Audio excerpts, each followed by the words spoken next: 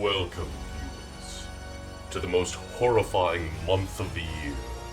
Actually, it's been October for a few weeks now. I kind of just took a while to get to the Halloween-themed stuff this year, unlike last year where I had only Halloween-themed stuff the entire year. Meanwhile, this month has been like, ooh, spooky Rye Star. They played the Monster Mash. The Monster Mash. It was a graveyard They smash. played the mash.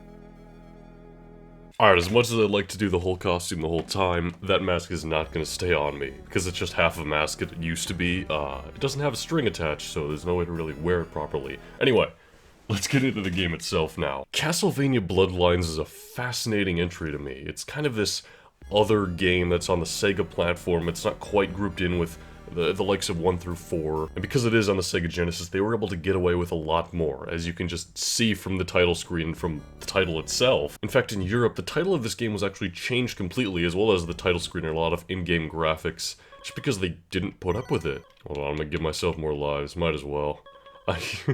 So this game's kind of a weird black sheep of the original series. I mean, let's just take a look at it to start. Firstly, we get to pick between John Morris and Eric Lecarde. John Morris being related to Quincy Morris from the original novel. And if you'll notice from his age and his birthplace, this game takes place much later than most other Castlevania games do. It still has that classic Castlevania feel though, which I think is quite impressive. I mean, just look at this intro. It reminds me definitely of Castlevania 4. Only we're wearing jeans. And the controls in this make a very neat kind of compromise between Castlevania 4 and the originals. Some people argue that Castlevania 4 is a little too easy. And while I still appreciate Castlevania 4 for what it is, I can see this game as a good compromise overall because of the multiple characters, and we'll get to that. The first character here, John Morris, is like your typical Belmont. He has the whip with the delayed attack, he can jump, crouch whip, but he has a few of the bonus features that Simon had in Castlevania 4.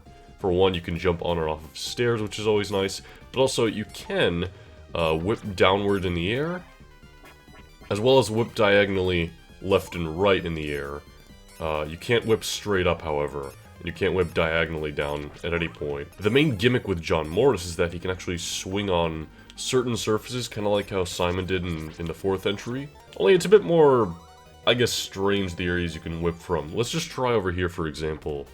Look at that. Like, it doesn't look like exactly like a surface we could whip and swing off of, but you can.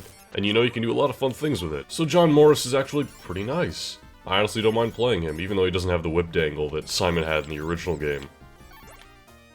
Also, we have this power-up, which now makes our whip even stronger, as you can see, and gives us this crazy new sub-weapon. I wasn't even showing the sub-weapons, by the way, but now it's the C button on the Sega, which is a lot nicer than having to do up and the attack button. Although, if we do up in the C button now, we get a special attack that uses more crystals in this case, not hearts. So overall, I think the control scheme has been not necessarily just flat out improved, but given a unique style that will jive with some people and won't jive with others. You know, it's up to personal preference. Also, as you can see, as soon as we got hit, we lost our crazy lightning whip. We're back to just the normal power-up now. But you know what? As much as I enjoy playing John Morris for the classic Castlevania experience, I'm going to be restarting right now, and we're going to switch over to the other character to show them off, and because I prefer playing as them, so we're going to go the whole Let's Play as them. And one other thing I'm going to do is in the options menu here, I'm going to play track number 5. Oh, whoops. We're gonna play track number 5. There we are. And then... Gotta scroll through a ways here. There's probably a faster way to do this, but I don't know it. We're now gonna hit the sound effect 73. And that has kind of changed a certain thing in the game, which you'll see. That's not anything game-breaking like the Help Me code in Castlevania 3, or like any of the passwords in Castlevania 2.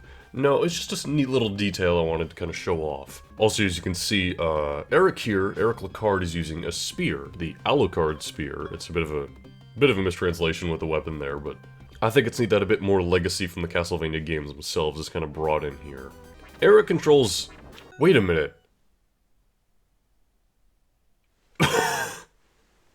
This is completely unintentional. Okay, I'm gonna be honest. So this whole, like, Phantom of the Opera shtick was just because I didn't, like, buy a full-on costume and I didn't have time to think of one. So I'm just like, I already got, like, enough for the costume, you know, cave and everything. So I was like, okay, I'm probably set for the costume. I didn't realize, because this is the only Halloween-themed game I'm playing this year, I didn't realize, but yeah, I'm Eric, and so is he now. Huh. Anyway, Eric, who is not the Phantom of the Opera, is a bit different than your typical Belmont. He can still attack, which has a bit of a delay and has about the same range. But a few key differences: we can't do the diagonal up and down attacks in the air like John Mortis can, but we can attack straight up, and of course straight down like so. We can also do the diagonal hits just from a standstill on the ground like this, and one last feature is that if we hit the attack button and then immediately follow up with left or right, we can twirl our spear back and forth, which is kind of fun. And that does have a hitbox, so it gives you a nice little force field of sorts. Now, to make up for the fact that we can't swing on anything, we do have the super jump, which is just like Super Mario 2 USA. You charge down for a bit, you hit the jump button, you go up pretty high, which I really like. It allows for some interesting ways to traverse certain levels. I believe that also has a hitbox when you're jumping up like that. By the way, look at the zombies when they die. There's less blood coming out. This game is absolutely gory compared to most of the Castlevania games, and that will appeal to some, and not really mean much for others.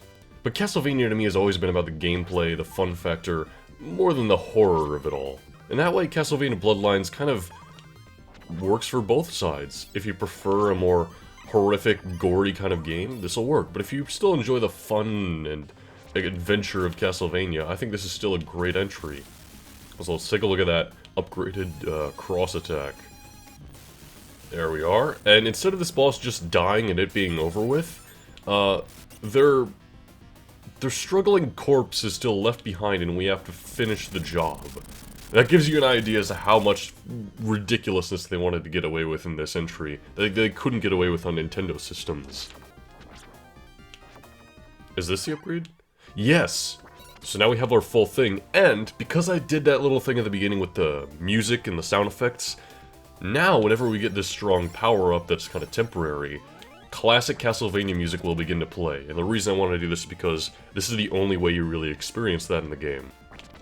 We also have this ridiculous sub-weapon attack that really lags the game most of the time. It uses a lot of sort of sub-weapon ammo. But I think it's a good remix overall. The fact that if we get hit we lose the power-up makes it all the more dissatisfying when we get hit. But I gotta say, it's really satisfying going around with this incredibly powerful weapon, listening to original Castlevania music. That's something alright. You get out of here. I don't want to deal with your little wrecking ball routine. Other than everything I've already gone over, it's your standard Castlevania affair just on the Sega Genesis. Also, it seems a bit early for this music to be playing. This is the lead up to Dracula in the original game's theme. I suppose it's a callback because we are in the ruins of Dracula's castle after all. But here, instead of Dracula, the coffin has already been opened, and something's been removed from it. Now we must face this random knight guy.